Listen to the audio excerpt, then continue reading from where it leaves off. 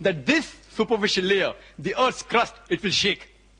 It is due to the folding phenomena which gives rise to mountain ranges, which gives stability to this Earth. And Quran says in Surah Naba, chapter number 78, verse number 6 and 7, we have made the earth as an expanse, wal jabala autada, and the mountains as stakes. The Quran doesn't say mountains were thrown up as stakes. Mountains as stakes. Arabic word autad means stakes, meaning tent peg. And today we have come to know, in the study of modern geology, that mountain has got deep roots. This was known in the second half of the century. And the superficial part that we see of the mountain is a very small percentage. The deeper part is within. Exactly like a stake, how it is driven in the ground. You can only see a small part on top, the majority is down in the ground. Or like a tip of the iceberg, you can see the tip on the top, and about 90% is beneath water. The Quran says, in Surah Ghashiyah, chapter 88, verse number 19, and Surah Naziyat, chapter number 79, verse number 32, wal jibala arsaha, and we have made the mountain standing firm on the earth. Made the mountain standing firm on the earth. Today, after modern geology has advanced, and Dr. William Campbell said that, by the theory of plate tectonics, it was propounded in 1960, which gives rise to mountain ranges.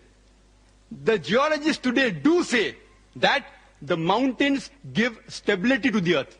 Not all geologists, but many do say. I have not come across a single geological book, and I challenge Dr. William Campbell to produce a single geological book, not his personal correspondence with the geologist. That doesn't carry weight. His personal correspondence with Dr. Keith Moore, documented proof.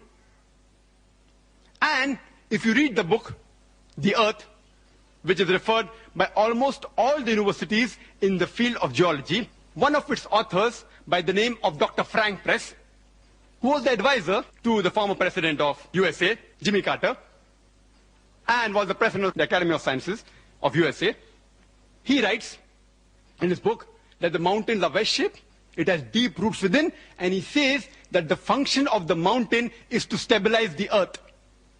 And the Quran says, in Surah Anbiya, chapter number 21, verse number 31, in Surah Luqman, chapter 31, verse number 10, as well as in Surah Nahl, chapter number 16, verse number 15, that we have made the mountain standing firm on the earth, lest it would shake.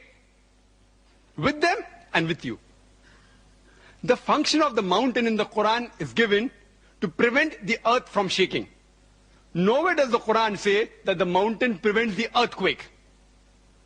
And Dr. William Campbell said, he writes in his book and even in the talk, that you find in the mountainous regions, there are various earthquakes, and mountains cause earthquake.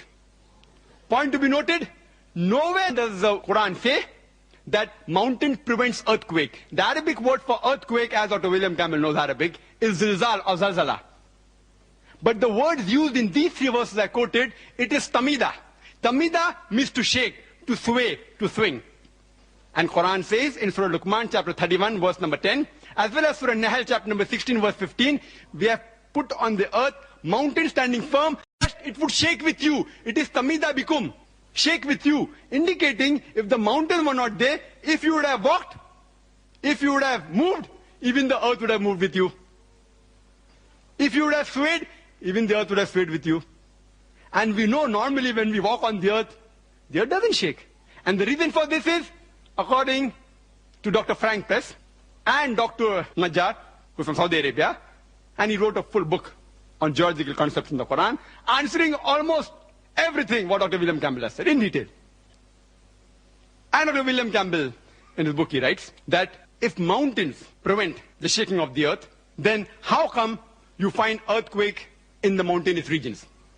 I said, nowhere does the Quran say mountain prevents earthquake. Earthquake is zilzal. And if you see the definition in the Oxford Dictionary, it says, earthquake is due to convulsion of the superficial crust of the earth due to release of compressed seismic waves, due to crack in the rock, or due to volcanic reaction. The Quran speaks about zalzala in Surah Zalzal, chapter 99, but here it speaks about tamida bikum, to prevent the earth from shaking with you. And in reply to the statement that if mountains prevent earthquakes, how come you find earthquakes in mountainous region? The reply is that if I say that medical doctors, they prevent the sickness and disease in a human being, and if someone argues, if doctors prevent the sickness and diseases in a human being, how come you find more sick people in the hospital where there are doctors than at home where there are no doctors? Quran says in Surah Tariq, chapter number 86, verse number 5 to 7, that does not man know from what is created? He is created from a drop coming forth from a space between the backbone and the ribs. What does the Quran mean by saying the human beings have been created from a drop coming from a space between the backbone and the ribs? Today, after science is advanced, we have come to know that the genital organs in the human beings, in the embryonic age, when the child is in the womb of the mother, it developed from a space close to the kidney. That is the space between the spinal column and the 11th and 12th rib.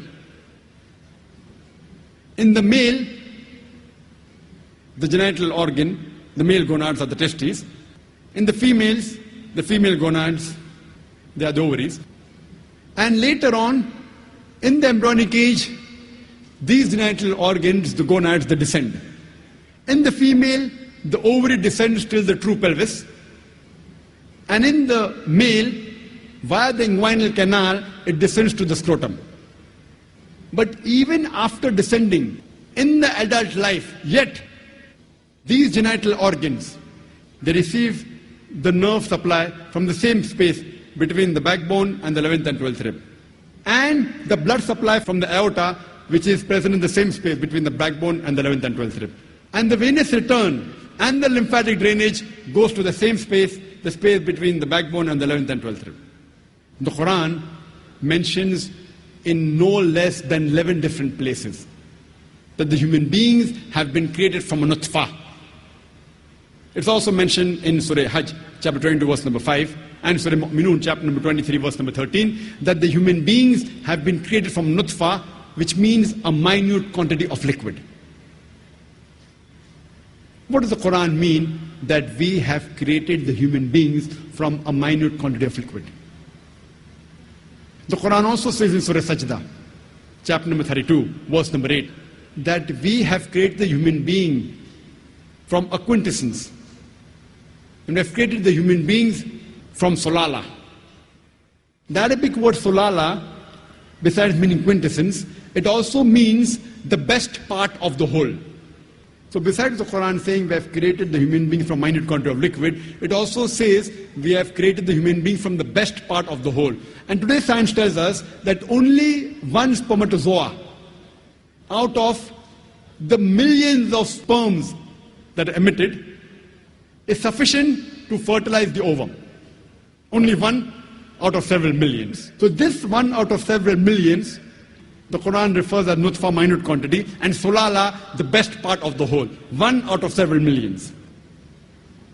The Quran further says in Surah Insan, chapter 76, verse number 2, we have created the human being from nutfatin amshaj, from a minute quantity of mingled fluids.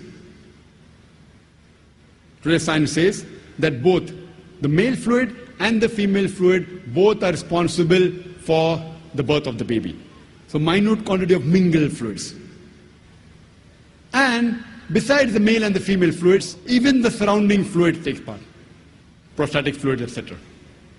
In the field of genetics, today we have come to know that it is the sperm which is responsible for determining the sex of the child.